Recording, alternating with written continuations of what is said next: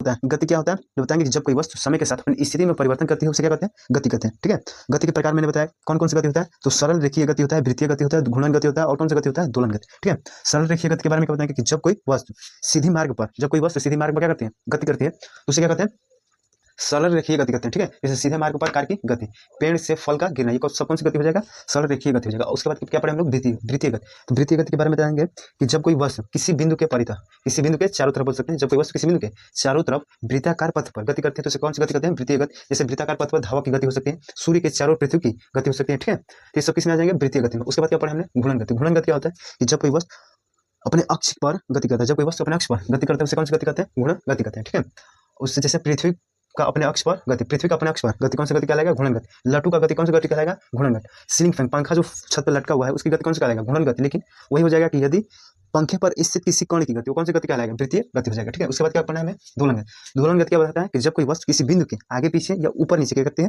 गति करते हैं, उसे कौन सी गति कहते हैं, दोलन गति कहते हैं। जैसे पेंडुलम की गति होगी। ठीक है, उसके बाद हो गया आपका क्या, झूला की गति, ये सब कौन सी गति हो जाएगी, दोलन गति हो जाएगा। दौड़ते हुए धावक के हाथों की गति, जैसे दौड़ेगा धावक तो उसकी हाथों की गति कौन सी गति हो जाएगा, दोलन गति। दोस्तों आशा करता हूँ कि आपको ये समझ में आया होगा।